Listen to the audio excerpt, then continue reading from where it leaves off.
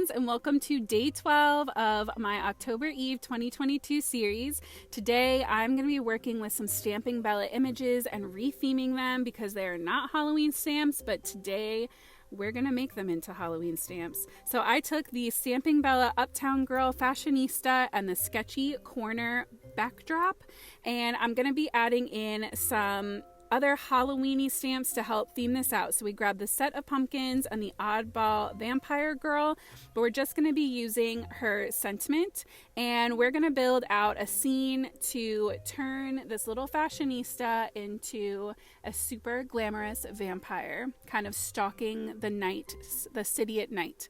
So I'm going in with my Sketchy Corner stamp first. Originally, I thought I was going to set my scene landscape, but then once I added in my fashionista, I realized that was not going to work. So that is the nice part about stamping on the acetate sheet. So you can see I just took a piece of packaging from another stamp set. I laid that over my scene and stamped onto that so I can rearrange and position things as I want and check to make sure that I like where everything is before I commit. So I'm adding in my little pumpkin to where the street light is and my fashionista, and once I knew I liked their placement, I inked them up again. I'm using Copic Express It paper and my go-to Simon Says Stamp Intense Black ink. I'm also going to be adding in little full stick post-its so that I can create masks for my pumpkin and my fashionista. So that way when we go in with our sketchy corner, we aren't kind of covering any of them up. I didn't bother doing her feet because they're too low in the scene for the kind of sketchy backdrop to make a difference for them. I repositioned my city, and I still have my acetate in place just to make sure that it's straight and that my pumpkin and street lamp line up correctly. And because I was happy, I took that acetate off again, re-stamped my image and pressed that down. Then I'm going to go in with my sentiment and just add it right at that bottom towards the left corner where, again, the Sketchy Corner backdrop stamp did not reach.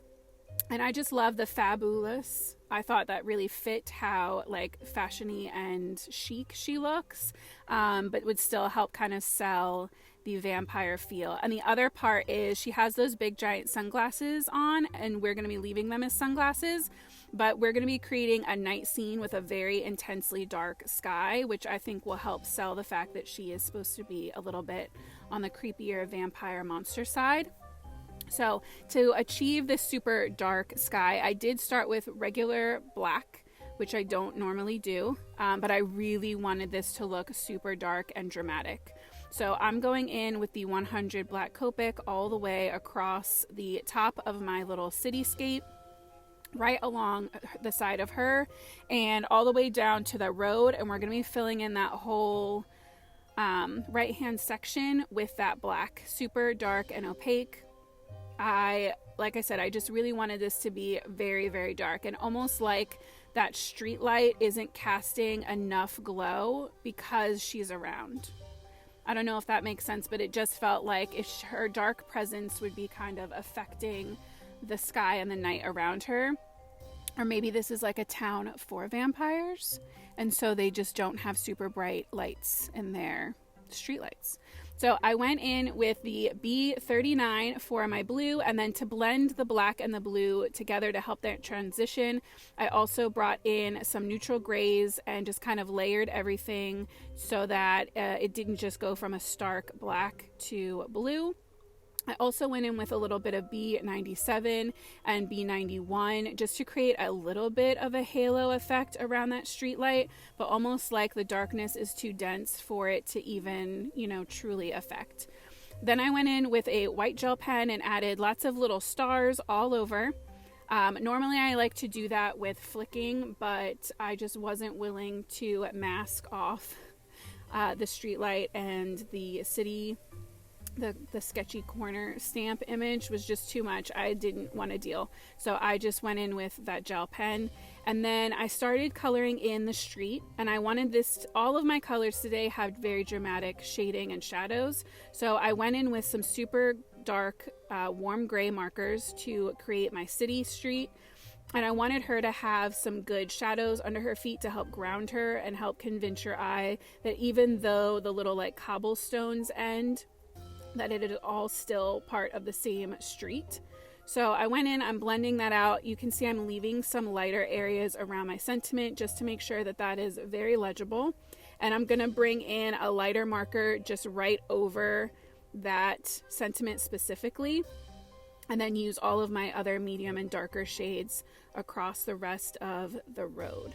So while I'm shading in the ground, I just want to say I really wanted to make a video like this because I think sometimes we kind of get that syndrome of where you want to buy everything all the time, and we see so much on social media and from, you know, other card makers of showing new product, and there's always something new coming out, and it can be really addicting and also really frustrating if there's something new that you want and either you can't afford it or you know you have so many stamps that you haven't used yet. And you're like, but you know, it's Halloween and I want a Halloween card, or it's Christmas and I need to make a Christmas card, or whatever the other themes are that you want to make.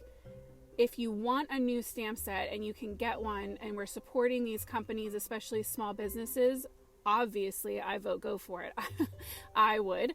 But if you're either need something super fast and you don't have time to order something, or you know, you realize you have so many stamps that you haven't even gotten to use yet, something like this is a really fun way to take a stamp set and use it differently than it was intended, but to get you the result that you're looking for. So I took these very generic any time of year images, and just by the way I'm coloring them and the extra things I'm adding, turn them into a Halloween scene. So I hope you get inspired to sort through your stash, see what you can stretch, see what you can play with, see what you can layer together to get a very different effect just based on those things, because I bet you will find some stuff in your stash that you can see in a new light that you wouldn't have considered using for a certain theme otherwise. So for her, to make my vampire look even more vampire-y, I went in with some reds for her coat, and to really pop that shadow, I went in with the E49 marker. I find that that works so beautifully with these kind of like maroon shades of those darker R markers. And for the rest of my R's, I mostly bring in different R families, but all ending with 9. So I love to combine 89, 59, and 39. And then for my highlights, I'm going to bring in 37 and 35. I just find that that combination across all of those different numbers works so well for me anytime I need these darker, really rich and beautiful red shades. So I absolutely love how her little capelet turned out. I'm also going to shade her bag in the same kind of tones. Obviously, you could do this, use these same color combinations on her for like Christmas. Put her like she's Christmas shopping, walking through town, put her in a snowy scene. You know, that's what I mean. I want you guys to think of different ways you can have fun with your stamps and really play and get creative, because that's the best part of card making, in my opinion. I also really wanted to have all of her accessories coordinate because she is like a little fashionista. So I gave her red boots, and her purse is going to be a matching red as well. And then just to break up all that red, I gave her some black tights and shaded in her the center of her sunglasses with those black shades as well. And I'm also going to use red for the rim, for the frame of her sunglasses. And this definitely was a labor of love. This card took me an hour and 20 minutes to make. This is very, very sped up, so I always want to be upfront with you guys about that as well when I have to edit down my videos to a reasonable, watchable length. I know sometimes it can be frustrating, like, oh wow, she did all of that in 15 minutes. Absolutely not. Absolutely not. And these are definitely the kinds of scenes too that you can walk away from. And I love a scene card like that, where if you get 10 minutes to color in the street lamp and the pumpkin, You walk away, you come back the next day. Now you have a half hour, you shade in, the vampire girl in the sky. Then you walk away and you come back. You do what you need to do to get it done. I personally get to do most of my card making at night once my kids go to bed. My husband goes out to the garage to play guitar, and I get my mommy quiet card making time. So I put on, a YouTube crafty video or a podcast, and I just sit and color. It is the best kind of way to end my day, get kind of my creativity out, but also get out of my head a little bit and kind of decompress from the day. So that's how I card make, but definitely think of different ways to make it work for you so that you get your crafty time in.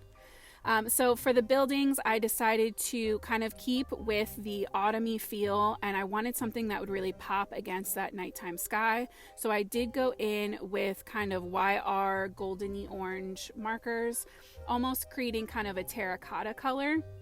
And I did the same general shades for all three kind of sections that I colored of the building, but I kind of got darker and darker as I went towards the bottom and towards the left. So just kind of as those buildings kind of lean away from us down that hill or down that street, I wanted them to be darker and darker as they would be further away from that street light. Even though we decided it's not making a lot of light anyway, that's what I wanted. And then all of the windows of my building are also dark because I just thought that would kind of be like creepy, like it's nighttime, but it must be the middle of the night because every single light in the building is off. Right? Nobody's home, nobody's awake, everybody's sleeping except for her lurking through the streets, being chic with her little blood-filled coffee cup. I never really know with these kinds of videos if it's okay with you guys that I'm talking through the whole thing. I've seen lots of other people kind of just do music over the top of their coloring. But for me, if I'm trying to learn something, sometimes it's harder for me to focus and pay attention to what's actually happening in the details of the card. If there's music, it's a very relaxing, but my brain just kind of starts to wander or I don't know. Definitely leave me your thoughts down in the comments below. I'd love to see what you guys think. I have gotten some comments before that I talk too much. So it's true. I do talk too much, but that's just me. But I am still open to feedback. So definitely let me know what you think. Once my whole scene was shaded in, I die cut out my little scene with a double stitched rectangle die from My Favorite Things and added in some of this beautiful Halloween plaid paper from Honeybee Stamp's new Spooktacular paper pad. And I just glued that down with liquid glue. And then the final step for this whole thing was to add in some glossy accents over the sunglasses and the street lamp and the blood on her cup, just to give it a little bit of extra shine and a little quirkiness. So I hope that you made it through this whole thing. I really appreciate you being here. We have one day left for October Eve, so I hope to see you back tomorrow for my last card of the series. Thank you for being here. I'll see you tomorrow, and as always, happy crafting.